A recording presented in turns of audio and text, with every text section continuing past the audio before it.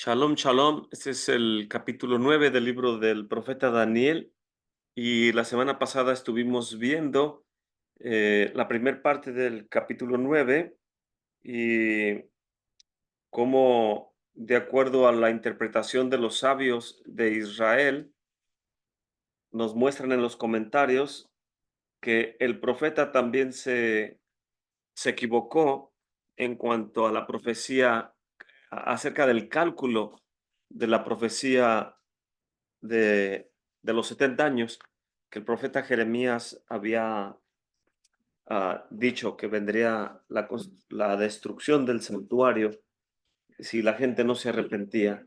Y obviamente la gente no se arrepintió y el Eterno levantó al imperio de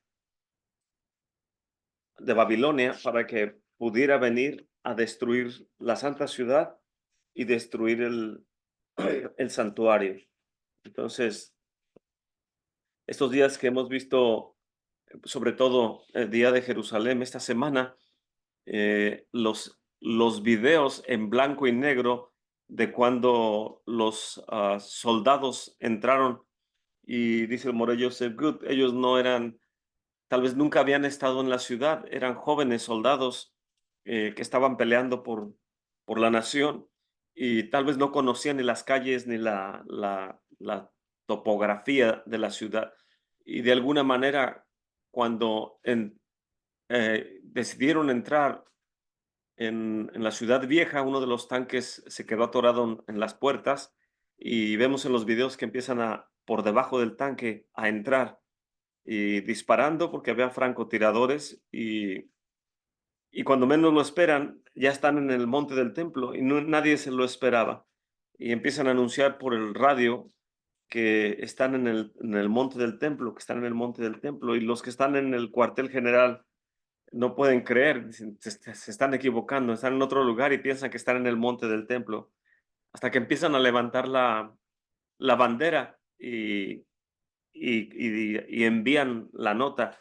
El monte del templo, Har Habayit Beyadeinu, el monte del templo está en nuestras manos, el monte del templo, pero es sumamente emotivo ver que bajo amenaza de francotiradores y poniendo sus vidas en riesgo, vemos cómo entran estos jóvenes soldados. Entre ellos estaba el rabí Ariel Israel, el fundador del Instituto del Templo, y, y ahí es donde él escuchó una voz del cielo que le dijo que se preparara para la construcción del cielo, perdón, del templo. Escuchó una voz del cielo que le dijo, prepárate para la construcción del Beit HaMikdash.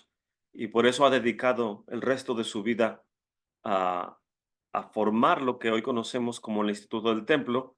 Y, y pues ver hoy en día la cantidad de gente danzando, los niños, las jovencitas, las personas mayores, caminando, danzando, brincando, el cóctel repleto de la comunidad en regocijándose con Jerusalén. Hasta donde yo recuerdo no había visto algo así. Hemos visto otras veces cuando Yom Kippur, o en tiempo de los Shelihot, las súplicas por recordar la destrucción del santuario, también se llena la plaza, pero esta vez me pareció muy peculiar, toda la gente contenta, danzando, cantando, y pues literalmente estamos siendo testigos oculares de, de la unidad de la nación y la alegría de la nación y las naciones del mundo levantándose en contra, votando en contra de Israel en las Naciones Unidas. Y es, vemos los dos lados de, el lado del pueblo judío con alegría, dependiendo de la mano de nuestro Padre Celestial, bendito sea su nombre, mientras que las naciones del mundo dependiendo de su propio criterio, su odio y estar en contra de Israel. Entonces, son eh, tiempos muy peculiares. Hashem nos ayude a ver cosas más interesantes todo este tiempo, pero también es importante que nosotros nos apeguemos a apoyar al pueblo de Israel, que cada, cada post de apoyo y cada palabra de apoyo en nuestros círculos, en nuestra familia, en nuestras comunidades, es muy importante. Y mi esposa platicaba con una amiga del pueblo de donde venimos, en México, y que estas familias de allá son cristianas y nos conocemos de hace muchos años, pero cuando pusieron que quedó la nueva presidenta de México, pues obviamente la gente que respalda ese partido político está muy contenta y muy alegre y sobre todo que para los que no nos importa tanto la política, pero viendo que esa mujer es de ascendencia judía, uno llega a pensar, pues es buena noticia que quede de presidente de, en este caso del país de México, alguien que tiene raíces judías. Y, y ya la gente empezó a dar su opinión de que es secular, o sea, no tiene temor del cielo. Y estas amigas de mi esposa le estaba diciendo que, que estaba en contra del sionismo, porque es la candidata. La candidata, ¿no? ¿Cuál fue el hilo de la plática? Le estoy explicando los Supuestamente Israel es sionista y ella da su interpretación. el mundo tiene esa interpretación en contra de Israel, porque ¿cómo se puede decir? Lo tachan de la nación sionista que se impone sobre los pobres palestinos y árabes. Esa es la noticia que han vendido las naciones a todo el mundo y la gente les cree. Entonces, mi esposa trató de explicarle a esta persona que la nación de Israel, en hebreo, Medinat Israel, la nación de Israel, lo único que hace es defenderse. El poco presupuesto que tiene lo tiene que invertir en defensa, porque todo el mundo quiere destruir a las familias y a la nación judía. Vemos aquí lo importante que es que en nuestros círculos va a haber gente que se polariza y miles de cristianos o millones de cristianos que leen el Nuevo Testamento y creen que Yeshua es el Mesías y lógicamente en contra de Israel. Entonces, no tiene lógica. Y hoy platicaba con el Morello Joseph Good y algo irónico, que la embajada de España e Irlanda, y no recuerdo qué otra nación, votó a favor de la formación de un Estado palestino y, y salió en las noticias, en algunos canales de noticias, que la embajada de España no iba a poder ubicar ah, la embajada de España en Ramallah, que es donde está la comunidad palestina, y que los diplomáticos dijeron, no nos vamos a ir ahí a vivir a Ramallah. O sea, no, de ninguna manera vamos a representar a España en un lugar tan peligroso. Pero ustedes están apoyando a los palestinos y son sus amigos, no deben de tener ningún temor. Y me dio risa cuando estaba tomando mi café en la mañana viendo esa noticia y dije, oh, pues la Embajada de México puede enviar con todo gusto a sus diplomáticos a Ramallah y también España e Irlanda y todas las naciones que apoyen a un Estado palestino que envíen a sus diplomáticos a Ramallah. Y nadie quiere irse a Ramallah. Le da miedo a la gente tan solo pensar en que pueden pisar Ramallah. Y me quedé pensando que les den un paseo por Ramallah y les enseñen las áreas históricas de Ramallah. Las áreas culturales, los museos. eh, no existe tal cosa. Colombia también, dice el hermano Osvaldo. No existe tal cosa. Lo único que hay es corrupción, como en los países, desgraciadamente, de donde venimos. Casas muy elegantes de quienes reciben el dinero de las naciones solo por estar en contra de Israel, y la gente que es muy pobre, que apoya a toda esa conciencia de muerte, y todo el mundo está en contra de Israel. pero nadie quiere ir a experimentar lo que es caminar tan solo un pasillo árabe en la santa ciudad de Jerusalén. Cosa que nosotros tuvimos esa experiencia ahora que fuimos y no es algo agradable. Si eres turista, no tienes nada que temer, pero si traes kipa o tzitzits o hay alguna muestra en tu conducta o en tu vestimenta que eres pro Israel, entonces vas a literalmente sentir todas las miradas que te quieren aniquilar. Entonces, la gente apoya todo esto sin, sin conocer, simplemente por ir en contra de Israel. Pero Hashem nos ayude y en su grande misericordia pueda esta gente abrir su entendimiento, porque el Espíritu Santo, el Ruach HaKodesh, da testimonio de la Escritura. Y si la gente dice leer el Brit Hadashah y creer en el Elohim de Abraham, Yitzhak y Jacob, obviamente que el Ruach HaKodesh va a dar testimonio a sus conciencias. Pero si su conciencia no está enfocada en las cosas espirituales, entonces, y ser enemigo de Israel, obviamente no tiene sentido. Pero son los tiempos que nos toca vivir y Hashem nos ayude a ser sabios y entendidos. Y es algo que en este capítulo 9 el profeta Daniel se preocupó. Se preocupó porque ya habían contado mal Belshazzar y le costó la vida contar mal la profecía o los 70 años. Y vamos a ver también más adelante cómo el rey Asuero del libro de Esther también contó mal y también le costó la vida. Entonces, el no entender la profecía y estar en contra de Israel o regocijarse en contra de Israel pensando que nuestro Padre Celestial ha abandonado a su pueblo, son malas noticias para la gente. O sea, no es algo que sea prudente y hay consecuencias de ello. Lo podemos ver en la escritura. Mientras que vemos a los jovencitos, niños de 12, 13, 11, 2, 13, 15 años en el monte del templo, literalmente postrándose hacia el santuario y me imagino que están con sus voces diciendo Baruch Shem Kibod Malchut Leolam Baed.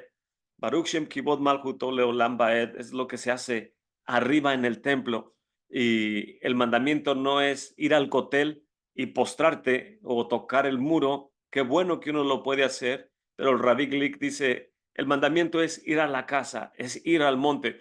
Y desde los tiempos de Esdras y Nehemías, el monte del templo no ha perdido su estatus de santidad. Y es por eso que vemos a la comunidad judía caminando alrededor del área que es de menor santidad, sin zapatos, descalzos. Y obviamente bajan a la mikvah antes de subir al monte del templo y obviamente entran orando y alabando el nombre del Eterno. Entonces, es en este viaje que fuimos, tuvimos la experiencia de subir como turistas, pero en realidad como estudiantes del templo, pero se nos catalogaba como gente no judía y traíamos nuestras cámaras, nuestras mochilas y botes de agua y cuando llegamos ahí, ¿qué llevan? Pasas por el detector de metales y se pasen, pasen. Mientras que si uno dice que es judío, le dicen, espérate ahí. Y se empieza a quitar el judío los zapatos, a preparar para poder entrar y los detienen a propósito, mientras que a los de las naciones pueden subir. Pero es una experiencia diferente. Cuando nos tocó entrar con se le llama el Minyan de High on the Heart, arriba en el monte, se juntan al menos 10 varones para subir a orar, que no se había visto eso en 2000 años. Y Baruch Hashem, a mi esposa, a mí y a otros hermanos de la Cajila, nos tocó experimentarlo, poder subir ahí y escuchar que están haciendo las oraciones, en este caso el Shaharit, y que uno de los Kohanim que estaba ahí, se llama Shimon, extiende sus manos y comienza a decir el Birkat Kohanim, y literalmente me quedé impactado. El Morello ya me había hablado de eso con uno de los jóvenes que hizo Aliyah y vive allá en Jerusalén, está estudiando en la universidad, y le dijo, Morello, están literalmente haciendo shaharit arriba en los atrios exteriores del monte, porque en la área más santificada no podemos entrar porque las comunidades ortodoxas no quieren arriesgar a sus am, miembros a que puedan pisar áreas de mayor santidad sin tener necesidad de hacerlo. Entonces, lo que hacen básicamente caminan alrededor del perímetro como lo hacemos nosotros. Y, y él nos había dicho, este jovencito, que ya estaban haciéndolo ahí. Y ahora que fuimos, volteé con mi esposa y le dije, el Birkat Kohanim. Y literalmente se me hizo un nudo en la garganta y mi esposa estaba llorando. El escuchar el Birkat Kohanim en el área del atrio exterior del monte del templo es inigualable. No es lo mismo que escuchar Birkat Kohanim en el Cotel, y no es lo mismo que escuchar Birkat Kohanim en Texas, o en México, o en Argentina, o en España, o en cualquier otro país. O sea, es un nivel de santidad superior a todos los demás niveles. Y, y Baruch Hashem lo están haciendo, y hoy en la mañana estaban preguntando entre la comunidad judía en Facebook, logramos ascender tal cantidad de personas, muchos fueron arrestados, encarcelados por un día, creo, y otros jaloneados, otros amenazados, y algunos irónicamente preguntaban, ¿y el día de mañana volveremos a estar limitados como todo el año? Nada más sucede esto en el día de Jerusalén. Y los demás decían, no, hay que mantener el momento, hay que seguir ascendiendo, hay que seguir postrándonos, hay que seguir orando, hay que seguir presionando. Entonces, podemos ver cómo en la conducta de gente valiente se va ganando terreno. Parece que no se gana mucho, pero se va ganando. Al Rabbi Glick se lo podemos preguntar. Le dispararon a boca de jarro por ser activista pro templo. En el pecho creo le metieron 3 o 4 disparos, y después lo apuñalaron cuando se recuperó, siguió ascendiendo, lo apuñalaron, se volvió a recuperar y sigue ascendiendo. Cada semana está él en el monte del templo. Entonces, vemos gente que no se amedrenta, gente que es valiente, gente que ama al creador del universo, gente que ama la venida de Mesías, gente que ama que el templo sea reconstruido prontamente en nuestros días y que exponen su vida por ello. Y en nuestras comunidades no debe darnos vergüenza eh, decir que somos israelitas, que apoyamos al Estado de Israel, que la nación de Israel fue creada por gracia del cielo para que las familias del mundo que estaban siendo perseguidas pudieran tener una casa, un hogar, que los fundadores del Estado judío eran sionistas y eran varones judíos seculares, sí, lo eran, pero eso no quiere decir que ellos son quienes están en el trono de la gloria. El que está sentado en el trono de la gloria permitió que estos varones seculares valientes pudieran tomar cartas en el asunto y se fundara el Estado de Israel.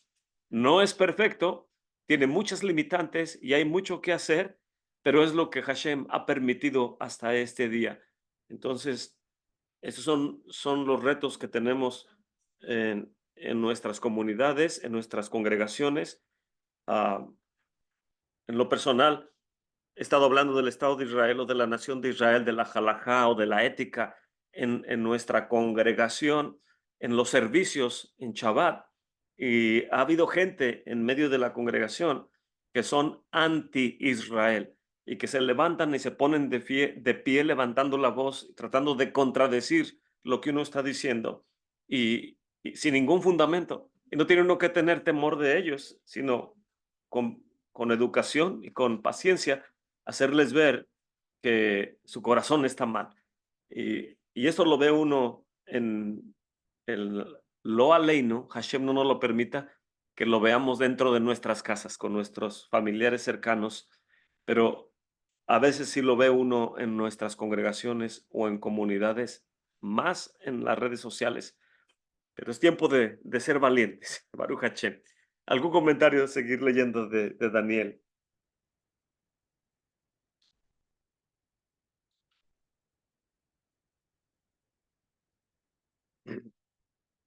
Entonces voy a continuar con el comentario de ArtScroll y creo que me quedé alrededor del verso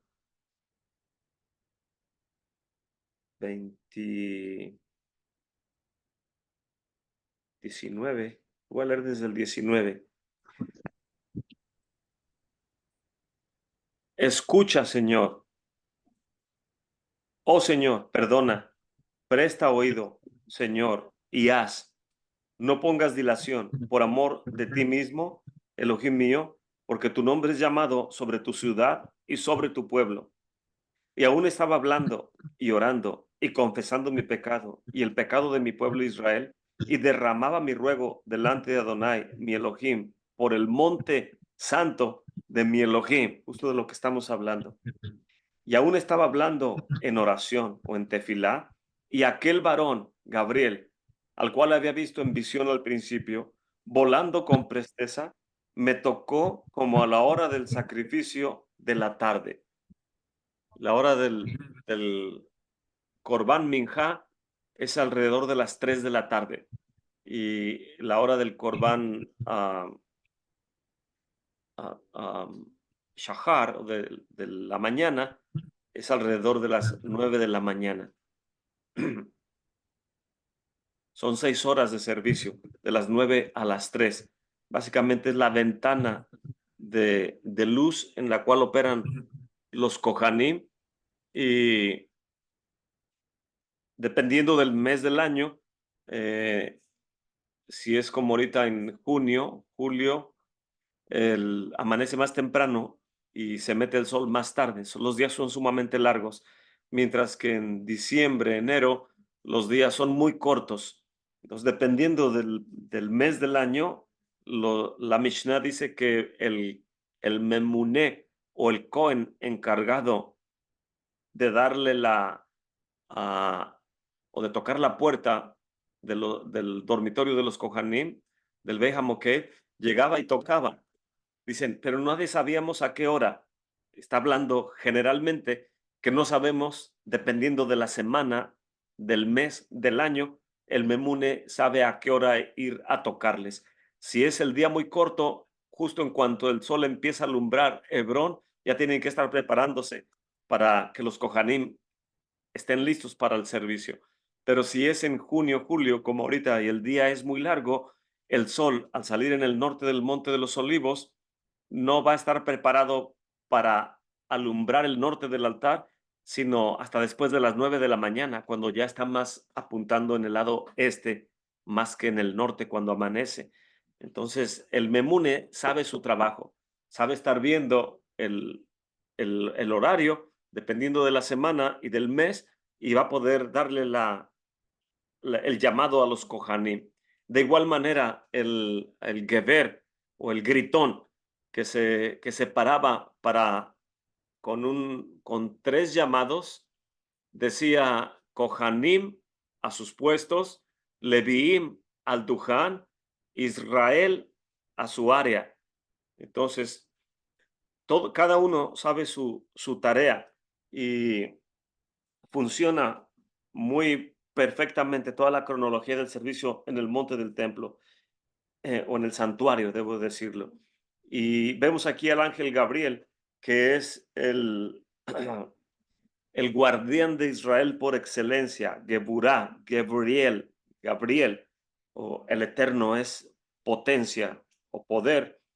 Y cosa interesante, que en este aspecto de poder ubicar cómo el sol tiene que alumbrar el norte del altar durante todo el año, y los sabios de Israel nos dicen en la Tosefta, tratado Erubim, que es lo que he estado estudiando estos días, y dicen cuánto debieron haber trabajado los primeros profetas, y en los comentarios dicen, ¿quiénes son los primeros profetas? y los sabios mismos contestan la pregunta, Samuel y el rey David.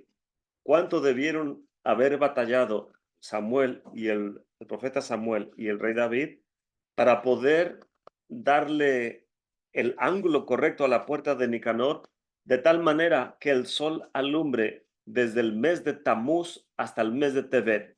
O sea, ah, desde el verano hasta el invierno. Y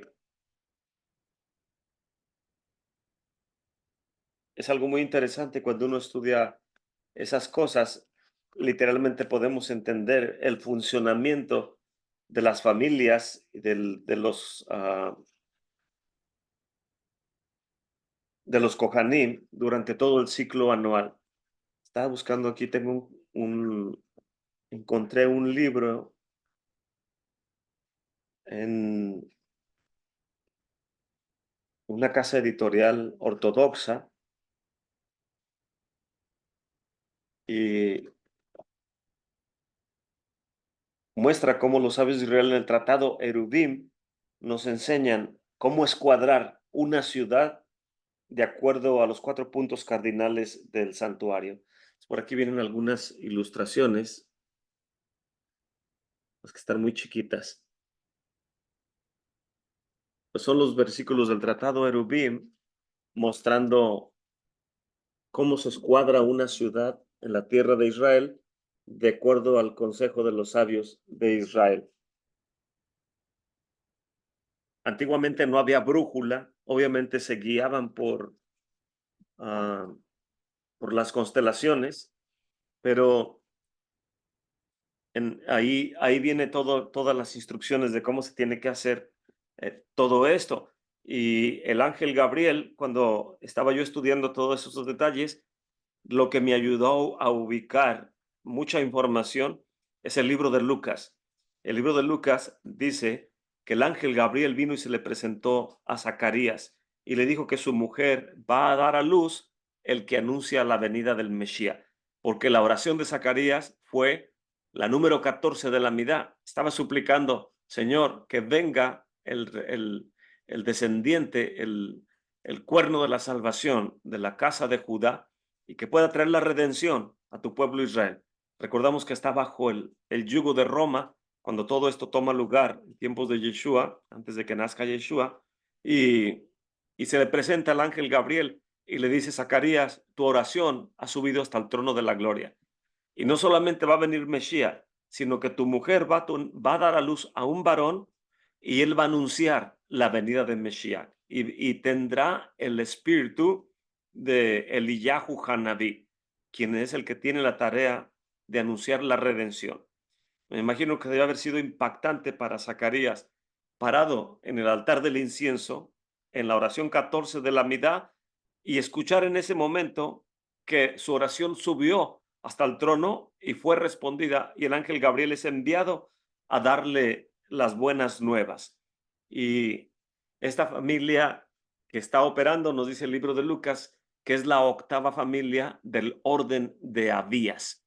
Y um, vemos que 6 meses después el ángel se le presenta a Miriam y le dice que su parienta ya está encinta y tú concebirás en tu vientre del Ruach HaKodesh y tendrás una criatura, le pondrás su nombre Yeshua, porque él, Yeshua, el Salvador, porque él salvará al pueblo de su transgresión. Entonces podemos ver que en base a la narrativa del libro de Lucas, podemos saber cuándo Juan es concebido, cuándo Juan nace y cuándo Yeshua es concebido y cuándo Yeshua nace. Literalmente, la misma familia que oficia en la primavera vuelve a oficiar primavera, verano. Sí, la misma familia que oficia en la primavera, oficia en el verano, y las familias que ofician en el otoño, ofician también en el invierno, porque tienen 6 meses de separación. Nada más sirven 2 semanas al año. La familia que sirve la primera semana de Nisan ya no vuelve a servir hasta 6 meses después en Tisri. Y cuando, cuando ubiqué las 24 familias al norte del altar y el libro de Lucas me ayudó a ubicar la número 8, literalmente pude ver todo el plano del servicio de los Kohanim en, alrededor del altar. Y, y el ángel Gabriel es el que está llevando estas buenas nuevas de salvación a estas familias de Juan el purificador, Yochanan Hamadbil, y en el caso de Miriam, la madre de Yeshua.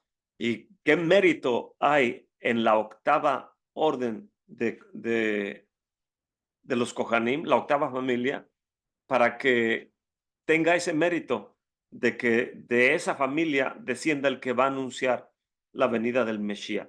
Y no solo eso, que está relacionado a Miriam, es la familia de, de Miriam, está relacionada también, y el ángel Gabriel viene y testifica todo esto. Entonces, sumamente interesante toda esa información que se nos da ahí. Y el ángel Gabriel es enviado al profeta Daniel y dice, con presteza me tocó como a la hora del sacrificio de la tarde. Y la escritura está tomando por hecho, en este caso el profeta Daniel, que escribió su propio libro, toma por hecho que nosotros sabemos todo lo que toma lugar en la santa ciudad y sobre todo en el servicio del santuario. Y me hizo entender y habló conmigo y dijo, Daniel, ahora he salido para hacerte entender la declaración.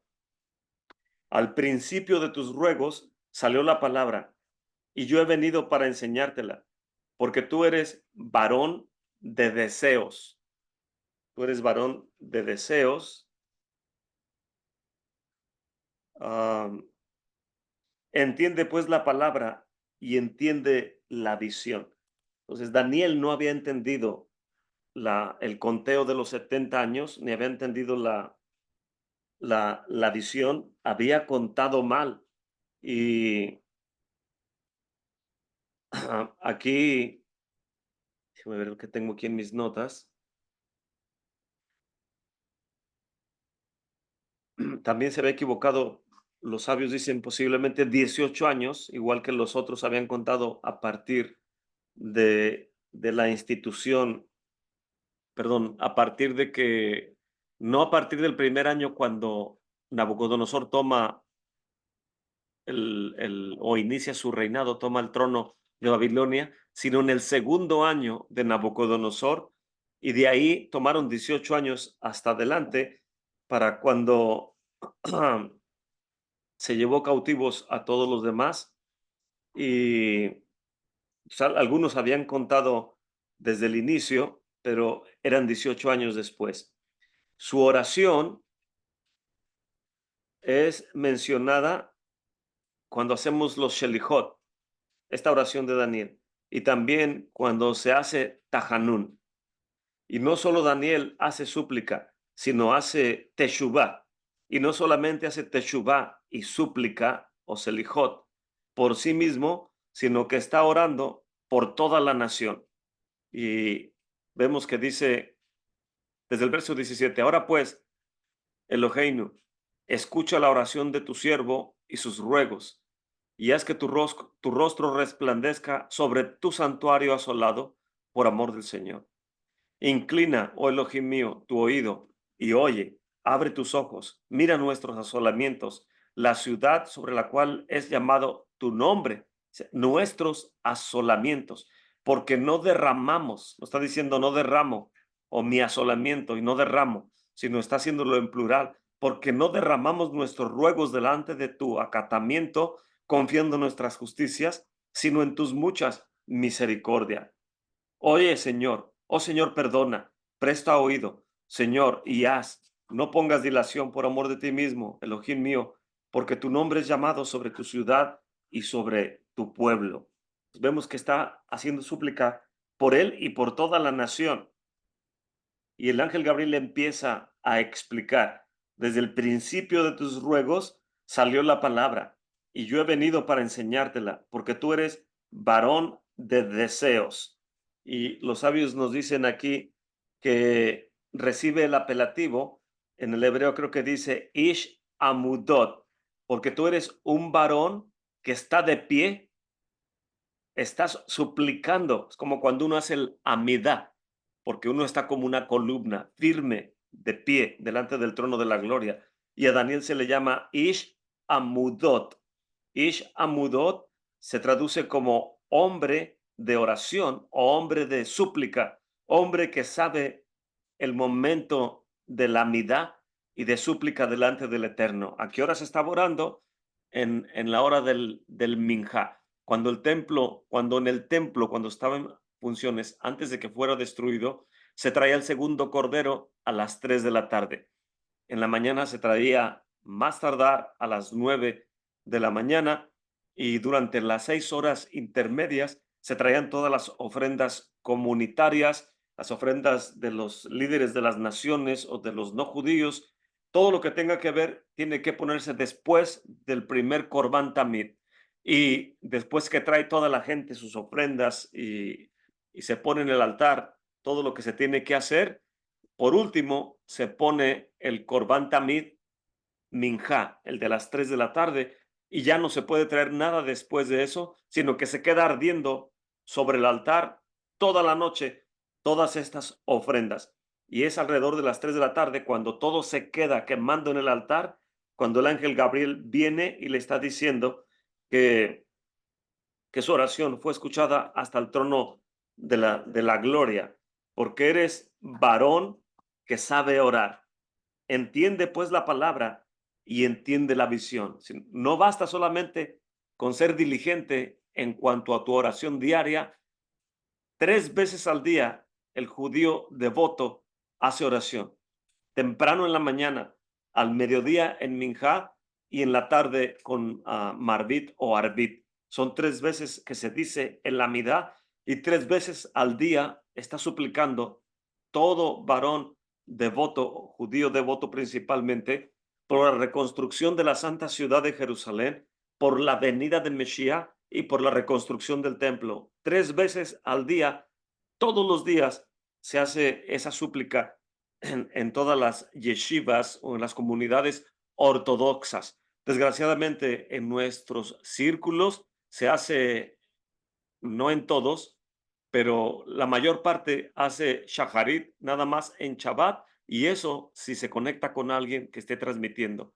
Porque si no siente bonito de que alguien está apoyándole, la gente no agarra el sidur y no quiere orar porque siente que tiene que hacerlo con alguien. Daniel, estando el templo destruido, estando él solo, abría su ventana, podría decir de manera figurativa que agarraba su sidur, porque no estoy seguro si lo traía o si lo tenía en ese tiempo, pero se disponía con todo lo que es necesario para poder hacer la oración que corresponde a las 3 de la tarde, que es minja, que no es una oración muy larga, en relación es relativamente corta. Y el ángel Gabriel le está diciendo, entiende lo que te voy a explicar y entiende la visión. No solamente basta con ser devoto y diligente, sino hay que también tener entendimiento. Y cuando del trono de la gloria se ve que alguien reúne estas cualidades, no se tarda en enviar respuesta a esas personas, a ese calibre de individuos de oración que se espera que desarrollen también entendimiento para poder saber lo que está por venir. ¿Cuánta gente quiere saber exactamente, perdón, la venida de Mesías y, y no ora o no estudia la Torá, pero queremos saber lo que va a pasar sin poner nada de nuestra parte? Es algo, eh, ¿cómo se dice? Que no tiene sentido. Incongruente. Es algo incongruente. Queremos saberlo todo sin leer o sin buscar tener entendimiento. Verso 24. 70 semanas están determinadas sobre tu pueblo y sobre tu santa ciudad, para acabar la prevaricación y concluir el pecado, expiar la iniquidad, y para traer la justicia de los siglos, sellar la visión y la profecía, y ungir al Santo de los Santos. Aquí el ángel Gabriel le está explicando la profecía a Daniel. Verso 24. Voy a ver qué nos dice el comentario de ArtScroll.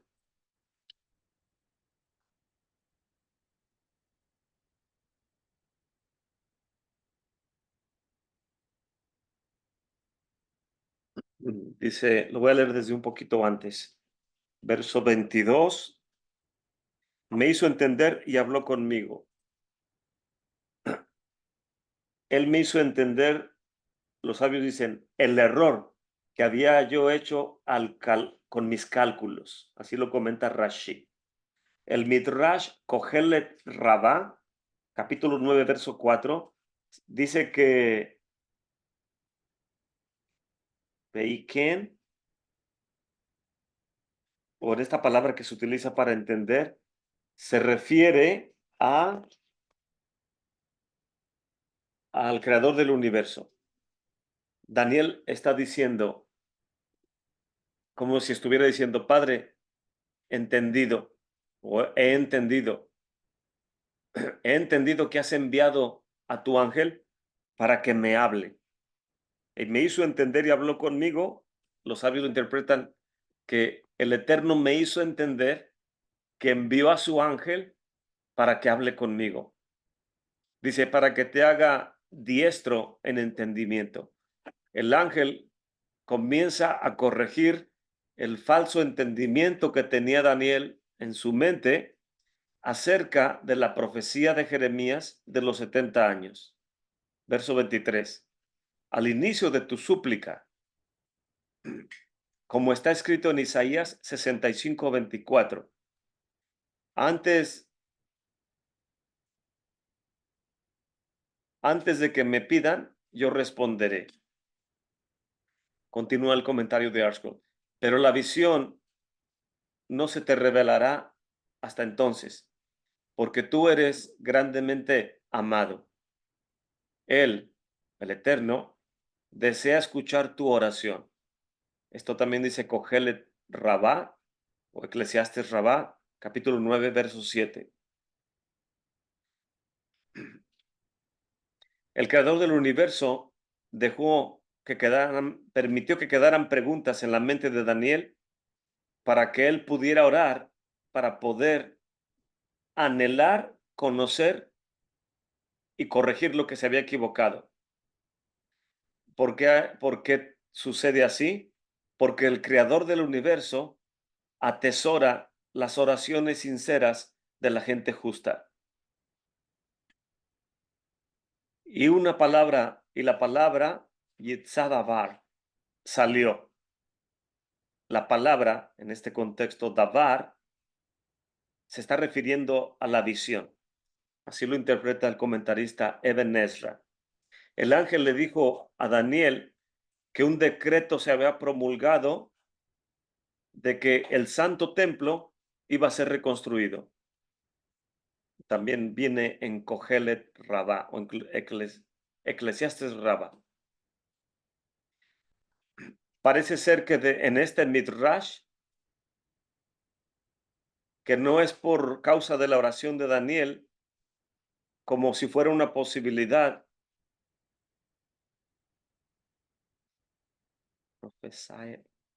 de que la profecía de Jeremías se hubiera tardado y que se pudiera haber interpretado de otra manera. O sea, los comentaristas dicen que no cabe la posibilidad de que el profeta Jeremías no haya dado claramente su profecía de tal manera que la gente se equivocara. Dicen que no es posible. Solamente a través de la oración de Daniel fue esta interpretación adoptada. Vea el comentario en capítulo 5, 26. Ki ha'amudot ata, porque eres un varón muy amado, pero aquí en el hebreo dice ha'amudot, que también viene de la palabra amida. 3 veces está escrito que Daniel es amado o amudot, o está de pie. Daniel 10, 11 al 19. El ángel le dijo, tu creador te ama, las huestes celestiales te aman y la gente de tu generación te ama. Eso dice Eclesiastes Rabá. Por eso en Daniel 10, del 11 al 19, 3 veces es mencionado que es muy amado, porque el Padre Celestial le ama, las huestes celestiales le aman y el pueblo de Israel lo ama.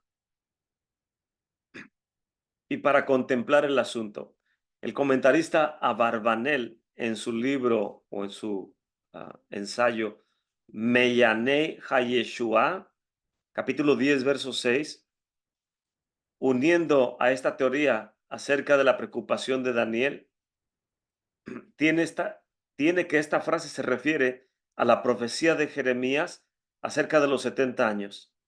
Esta profecía se le llama Davar o la palabra, en alusión al verso 2, donde dice acerca de la cual palabra de Hashem que había venido al profeta Jeremías. En el año primero de su reinado, yo, Daniel, miré atentamente en los libros del número de los años, del cual habló Adonai al profeta Jeremías, que había de concluir la asolación de Jerusalén en 70 años. Claramente dice al inicio del capítulo 9 que la profecía de los 70 años no la interpretó bien el profeta Daniel, y el ángel Gabriel viene a darle la explicación. Y tengas entendimiento en la visión. Esto se refiere a la visión que fue entregada a Daniel en el capítulo 8, en lo cual parte de la visión le trajo preocupación. Otros comentaristas como Rashi y el Eben Ezra entienden que la palabra hebrea davar y meorá son expresiones paralelas en referencia a la visión.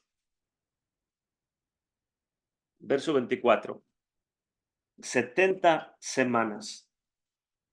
El libro Seder Olam en el capítulo 28 y todos los demás comentaristas, especialmente Eben Ezra, interpretan la expresión que tiene un significado de 490 años, 70 semanas de años. Viene otra nota más pequeña. Dice, similarmente podemos encontrar en el libro de Levítico 25:8, dice, y tú contarás 7 semanas de años, Shavuot. También se puede traducir como semanas como Sheva, Shavuot, Temimnut, en Levítico 23:15, refiriéndose a los ciclos de los 7 años sabáticos o la Shemitah. También se traduce como semanas. Podemos también ver el Targum Onkelos y el Targum Jonathan Benusiel en lo que ellos opinan en referencia a Levítico 23:15 y Levítico 25:8. También Melá Shavua Sot. Cumple la semana de esta. Génesis 30:27. Suena como las Lea y Rachel, ¿verdad? También paga por esta. Se entiende por el Rambam o Nachmanides que tiene un significado de 7 años, una semana de años. Entonces, en base a toda esta explicación que se le dice a Daniel, 70 semanas, se traduce como semanas, pero se hace referencia a los años. Es lo que nos tratan de decir los comentaristas. Los sabios en el Seder Olam Rabá, en el libro del conteo de los años, el libro de cronología, capítulo 28, sostiene que estos 490 años comenzaron con la destrucción del primer templo en el año 3338 de la creación. y que la palabra Shelah tiene un valor numérico de 338. El inicio de la restauración del templo toma lugar en el segundo año del rey Darío el Persa. Esto viene en el libro de Ageo 1, del 1 al 8. Y esto tomó lugar 70 años después, en el año 3408. Voy a compartir la cronología para revisar un poco esto.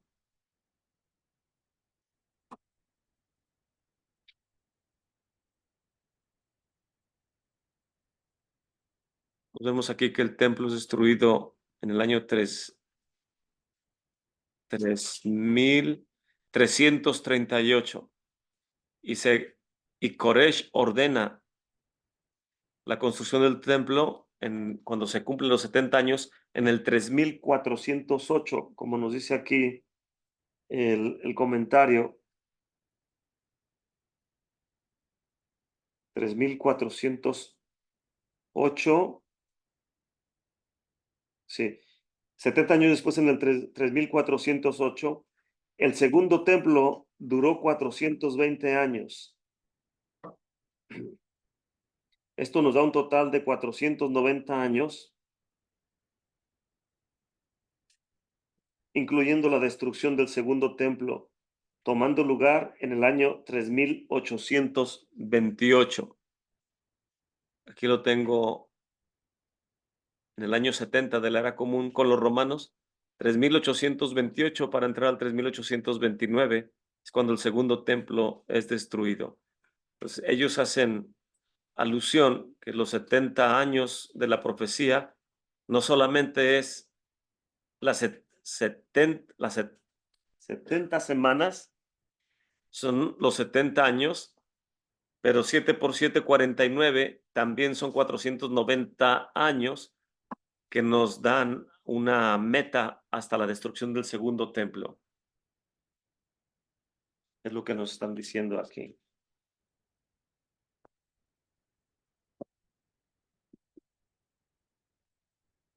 Déjeme ver nada más en mi calculadora para estar seguro.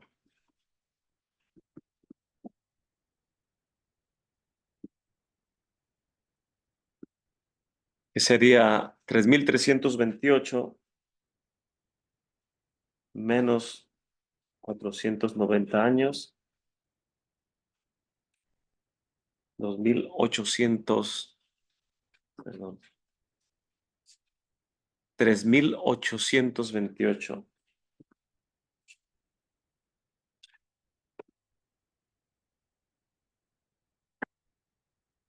3338, que es cuando se destruyó el templo. Entonces, lo que están diciendo los sabios es que son 490 años de destrucción a destrucción. De destrucción a destrucción. Destrucción del primer templo a la destrucción del segundo templo son 490 años.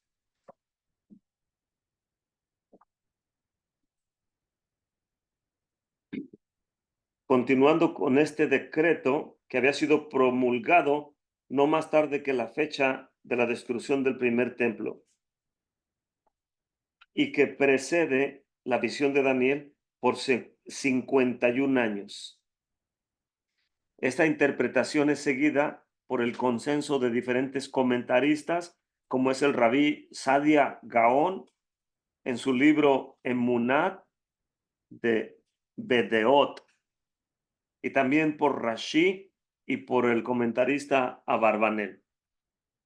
Abarbanel y Malvin entienden que el ángel está haciendo referencia a 70 semanas, dando una interpretación adicional, no solamente a los 70 años que profetizó el profeta Jeremías, sino también a los 490 años de 7 por 7, 49.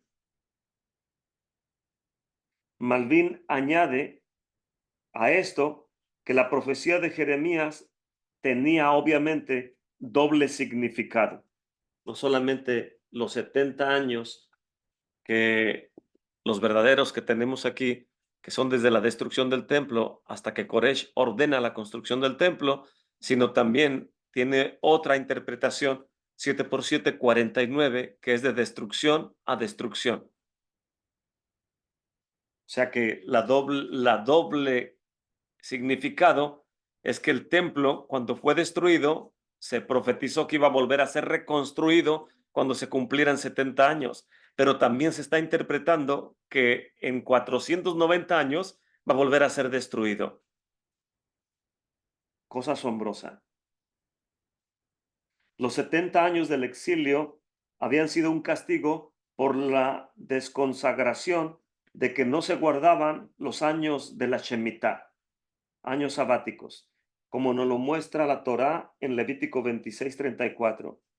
El Eterno advirtió a Israel que si ellos pecaban, desolación vendría sobre la tierra y que la tierra descansaría y guardaría todos los tiempos que no guardaron la Shemitah.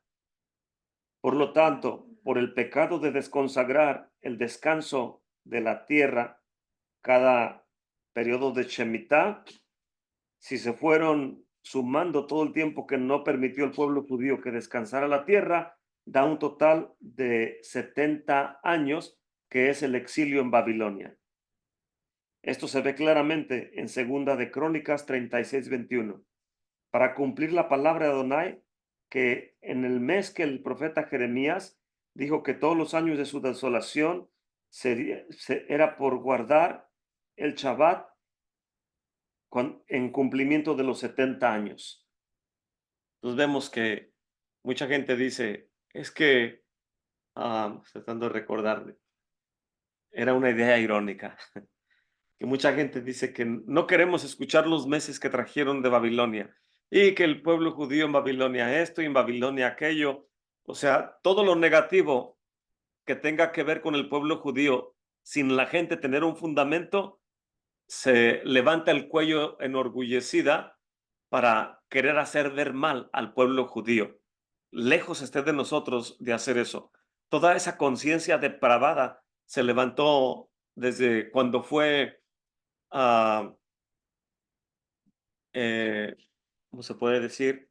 Que vino ese libro que se llama El Protocolo de los Ancianos de Sion, que es un libro totalmente antisemita. Y al otro, ¿cómo se llama? Babilonia, misterio religioso, revelado, algo así.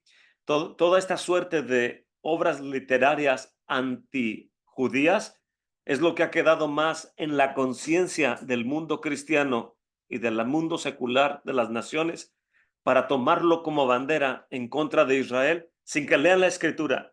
La gente no lee ni la historia del pueblo judío, no lee ni la Biblia.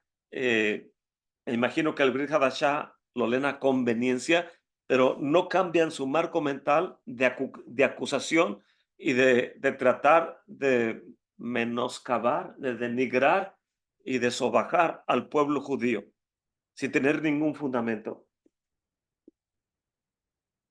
Suficiente tenemos en el pueblo de Israel para que venga del cielo las consecuencias de nuestras acciones, que si no dejamos la tierra descansar, el Eterno va a permitir que descanse por todas las veces que no la dejamos descansar.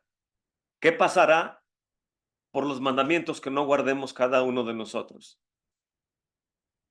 Acusar al pueblo judío es fácil, pero ¿podrá nuestra conciencia acusarnos cuando no guardamos el Shabbat correctamente o cuando no guardamos algunos otros de los mandamientos que nos atañen? Podemos hablar a la ligera, pero no es correcto hacerlo. En adición al pecado de desconsagrar los años sabáticos, el pueblo judío había cometido otros pecados. El Tratado Yoma 96 especifica claramente que se hizo idolatría, también inmoralidad y derramamiento de sangre. A través del periodo ocupado por los años sabáticos que estos fueron 490 años viéndolo de esta manera. Por causa de esto, 70 años de exilio no eran suficientes. Y la dualidad de esta profecía es que un periodo de 490 era necesario para cubrir por esas transgresiones.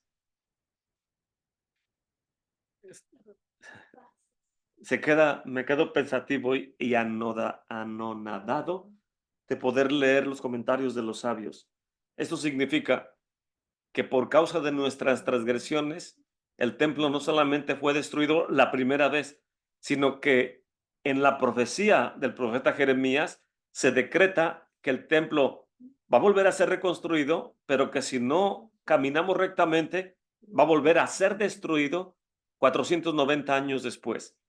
Y esto es precisamente lo que están diciendo los sabios, que desde la destrucción del primer templo en 3338 contamos 490 y nos lleva al 3828, que es cuando se destruye el segundo templo en el año 70 de la era común.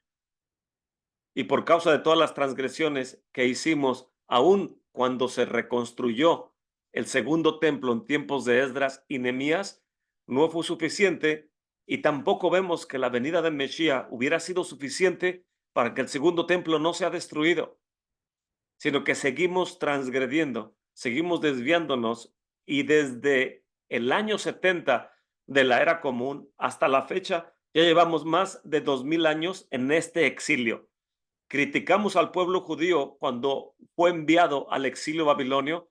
¿Y quién critica nuestra conciencia de llevar 2000 años exiliados por causa de las transgresiones en contra de la Torah?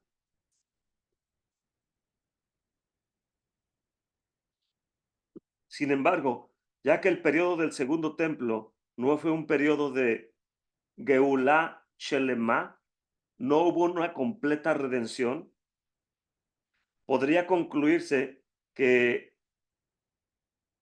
se podría concluir que era un periodo para cumplir cubriendo las transgresiones. O sea, las transgresiones lograron ser cubiertas con la destrucción del segundo templo.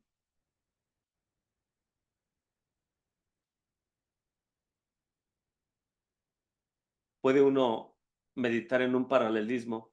Y Yeshua, que no fue suficiente lo que hizo en el año 33 de la era común, al derramar gota por gota de su sangre para cubrir las transgresiones y limpiar nuestras conciencias, no fue suficiente, que si eso hubiera sido suficiente, el templo no hubiera sido destruido. Significa que si reconstruimos el templo, Mesías viene a testificar y a explicarnos todas estas cosas. Rab Shaol, y usted lo puede buscar, no recuerdo si en el libro de Filipenses dice, déjenme tratar de recordar, que es necesario, recuerdo, dice que es necesario que padezcamos.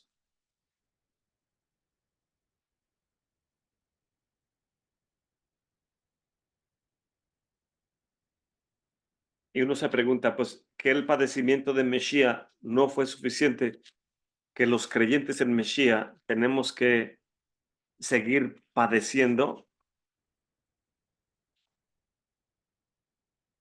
Lo que no recuerdo si está en Filipenses,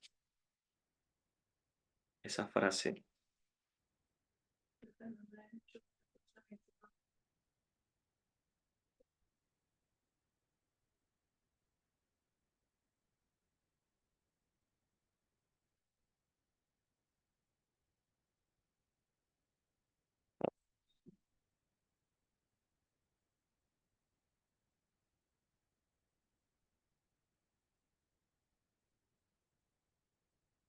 No obstante, de todas maneras, por pretexto o por verdad, les anuncio al Mesías, y en esto me huelgo y aún me holgaré, porque sé que esto me tornará a salvación por su oración y por la su ministración del Ruach de Yeshua HaMashiach. Porque para mí el vivir es Mesías, el morir es ganancia. Sí, dice, hasta que se cumpla en mí las aflicciones por el cuerpo de Mesías.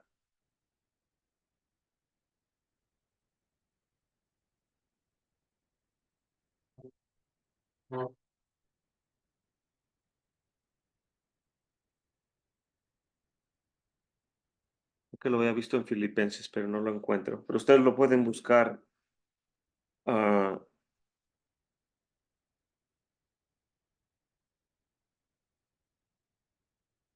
con más tiempo.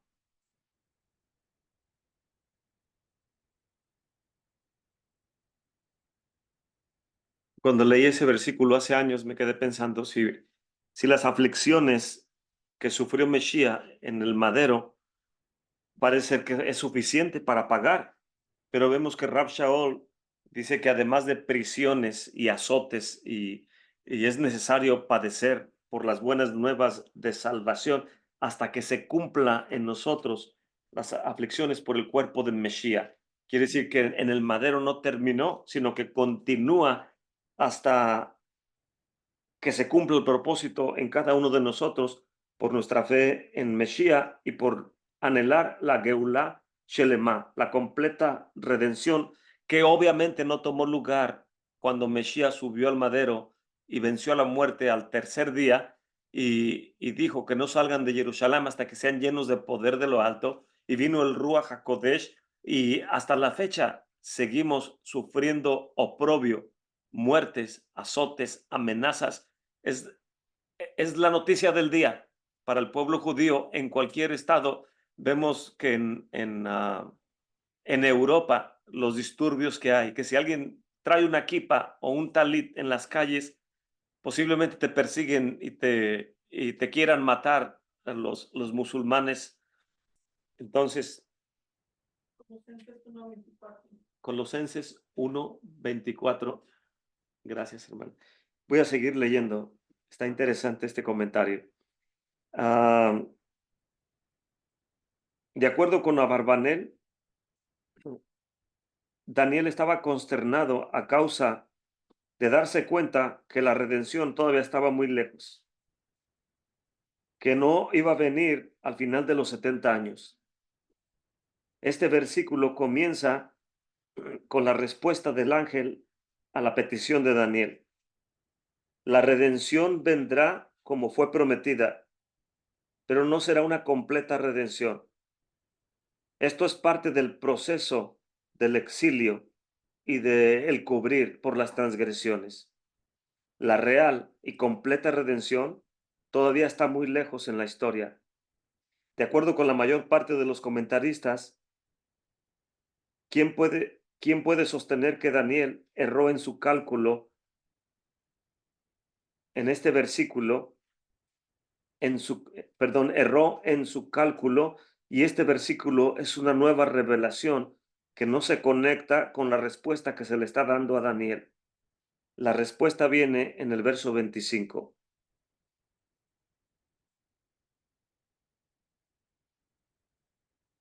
Luego viene notas largas que las quiero leer. Lo voy a leer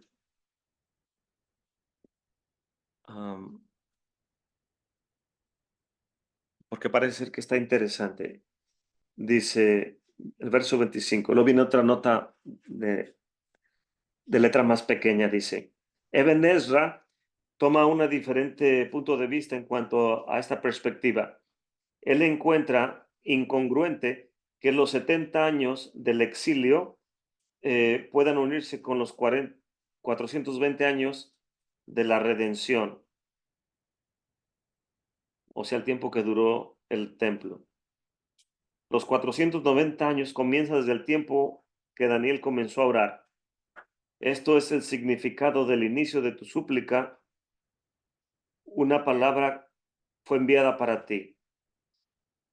Las ramificaciones posteriores de esta interpretación van a ser dadas después en la narrativa, según como vayamos avanzando.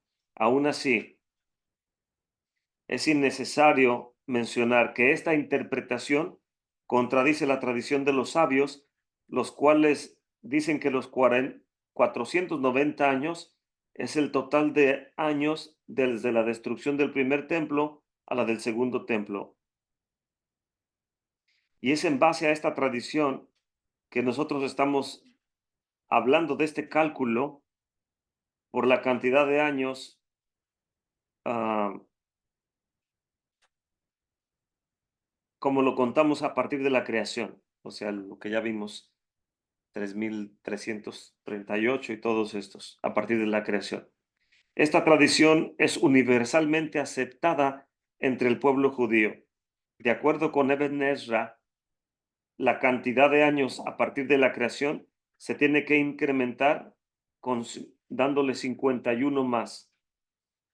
Además de esta interpretación, además de esto, esta interpretación conlleva al comentarista Ibn Ezra atribuir más años al tiempo del segundo templo, en lugar de asumir lo que los sabios nos están diciendo. O sea, Ibn Ezra no está muy de acuerdo con los sabios. Y continúa, para terminar la transgresión debería ser terminada a través de cubrir por las transgresiones con todo lo que sucedió. Rashi y el comentarista Metsudot entienden esto como una referencia al periodo después de los 490 años. Por ejemplo, el exilio que sigue después de la destrucción del segundo templo, o sea, el que estamos ahorita.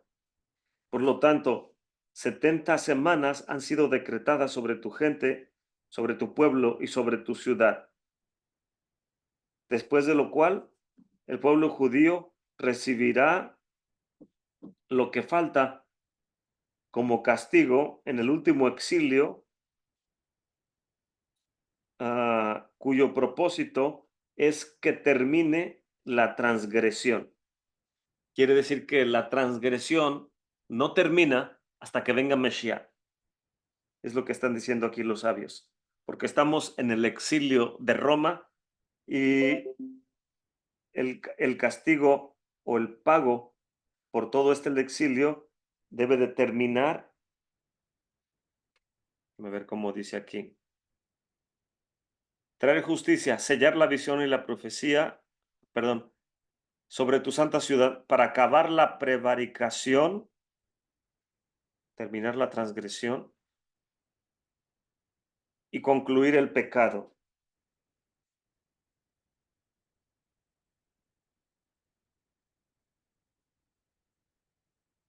Y al final, el final del pecado, siglos, expiar la iniquidad. La traducción refleja que la palabra querí, así se pronuncia, de acuerdo como se escribe, debería de decir literalmente sellar, lejatem, indicando un significado general, o sea, como sellar. Sellar la visión y la profecía. Perdón, concluir el pecado o como sellar el pecado. En otras palabras, que sellar el pecado es con la venida de Mesías al final del exilio final, que es el que estamos viviendo, y al final del exilio que estamos viviendo va a venir la expiación de la iniquidad y traer la justicia de los siglos. Tiene sentido con la venida de Mesías y sellar la visión y la profecía y ungir al santo de los santos para traer justicia de los siglos. Dice el comentario de ArtScroll, esto es justo en las pisadas del rey Mesías y sellar la visión y la profecía. Esto significa que se cumple lo que se prometió en la profecía y ungir el Santo de los Santos. Esta expresión se refiere específicamente al lugar donde estaba el arca del pacto. Aunque el arca no estaba en el segundo templo, la santa arca, los altares, todos los utensilios santos serán revelados a través del rey Mesías cuando él regrese. Esto se está refiriendo obviamente a la construcción del tercer templo, el cual, en contradistinción al segundo templo, va a ser ungido. Los sabios en el Tratado Yoma 21b nos dicen que el segundo templo no fue ungido. Le faltaban 5 cosas, entre ellas la Shekinah, la presencia del Eterno. Pero el tercer templo va a ser ungido, por lo tanto, en comparación con el segundo, va a ser comparable al lugar santísimo, todo el santo templo, cuando se construya. Otro punto de vista tomado de algunos comentaristas es que este versículo, de acuerdo con el Malvin y Abarbanel, solamente la frase terminar la transgresión se refiere al periodo de las 70 semanas, mientras que, por ejemplo, la era del segundo templo. Por lo tanto, 70 semanas durante las cuales la oportunidad es dada para que termine la transgresión. Continúa el versículo y traer completa justicia. Si los judíos se hubieran arrepentido durante el periodo, durante este periodo, el rey mesiánico hubiera completado su trabajo.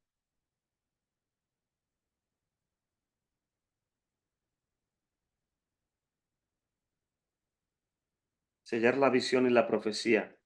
Al final de la era de visiones y profecía, el tratado Sotá 48b nos dice que es el tiempo cuando Ageo, Zacarías y Malaquías murieron. Con ellos terminó el periodo de la profecía. El comienzo del segundo templo marca el final de este glorioso tiempo de la profecía y para ungir el santo de los santos. Esto significa que se construya el segundo templo. Y el versículo 25 dice, sepa pues y entiendas que desde que salió la palabra, ahora podemos entender que el punto de partida de la palabra que fue enviada, fue, fue enviada en el inicio de tus súplicas, hasta el regreso de construir Jerusalén, será 7 semanas. El ángel está diciendo al profeta Daniel que la restauración y la reconstrucción de Jerusalén va a tomar lugar solamente 7 semanas de años, 49 años, después del inicio de los 490 años, periodo mencionado en el verso 24. Daniel había errado a través, pensando que 2300 años era el tiempo antes de la reconstrucción del templo. Desde la destrucción del templo, que es lo que da el inicio del cálculo, hasta cuando se manifiesta el rey Ciro, pasaron 51 años. El reino de Ciro comenzó en el año 52. Esto, sin embargo, no contradice las palabras del ángel en ninguna manera. Él se está refiriendo aquí a semanas de años en las cuales solamente son 7 por 7, 49. Los años adicionales no se le añaden a una semana. A partir del principio de que salió la palabra del Eterno a Jeremías, como dice el verso 2, hasta el regreso y la construcción de Jerusalén serán 7 semanas. El verso 25 dice, sepa pues y entiende que desde la salida de la palabra para restaurar y edificar Jerusalén hasta el Mesías príncipe habrá 7 semanas y 62 semanas se tornarán a edificar la plaza y el muro en tiempos angustiosos. Y después de las 62 semanas se quitará la vida al Mesías, y no por sí. Y el pueblo de un príncipe que ha de venir destruirá la ciudad y el santuario. Con inundación será el fin de ella, y hasta el fin de la guerra será talada con asolamientos. Y en otra semana, periodo de 7, confirmará el pacto a muchos, y a la mitad de la semana hará cesar el sacrificio y la ofrenda.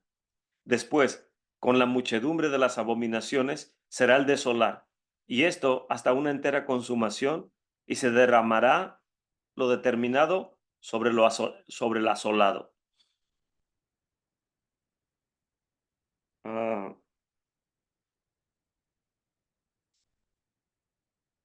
ya no supe dónde me quedé. 7 semanas.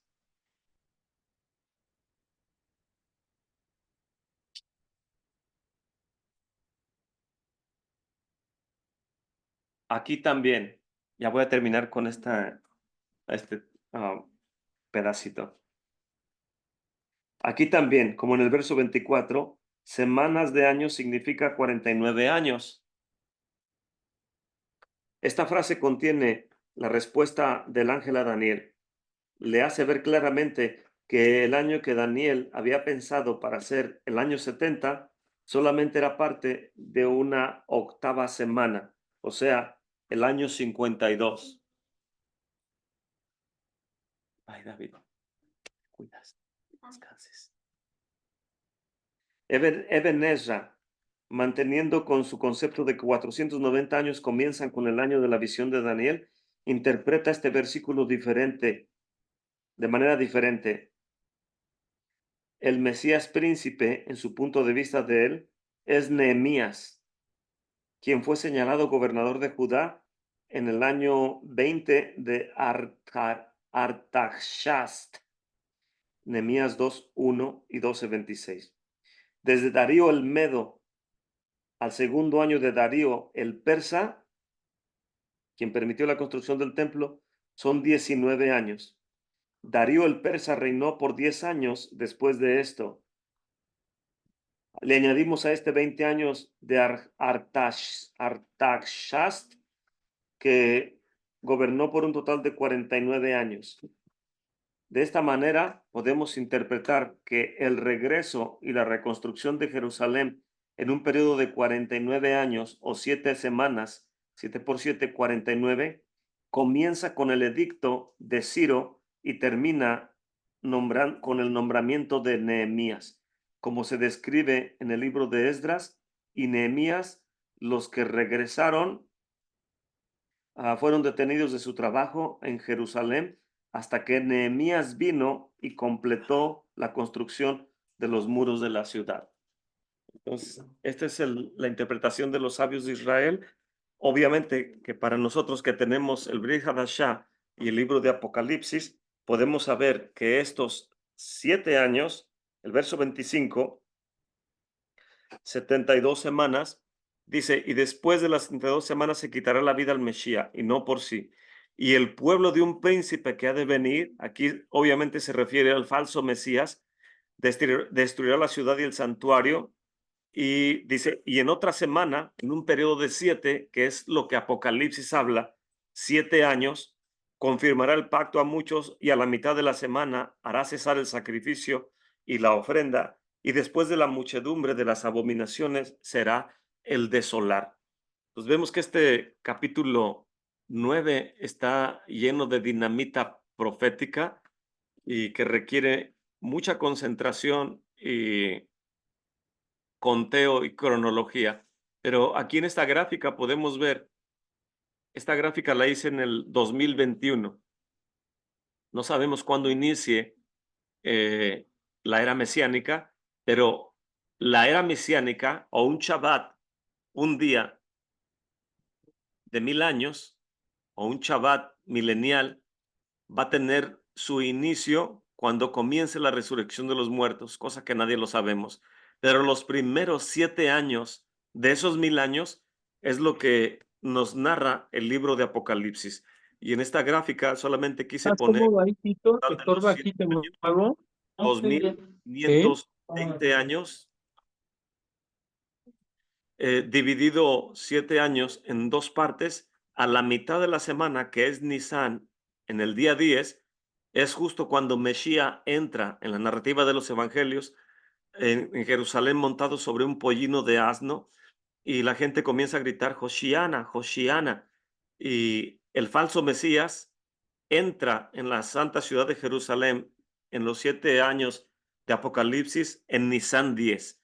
Entonces partimos los 7 años en dos partes de 1260 días y es lo que está diciendo aquí, verso 27. Y por otra semana confirmará el pacto a muchos y a la mitad de los 7 años hará cesar el sacrificio y la ofrenda. Y después con la muchedumbre de las abominaciones vendrá el desolamiento hasta una entera consumación y se derramará ya lo determinado sobre el asolado.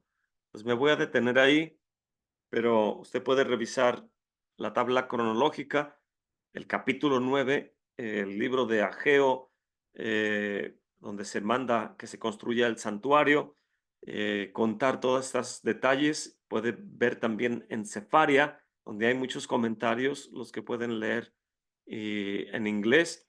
Hay mucho material ahí, pero solamente quería mencionar que en la gráfica viene también esta herramienta. ¿Hay algún comentario antes de terminar? Voy a dejar de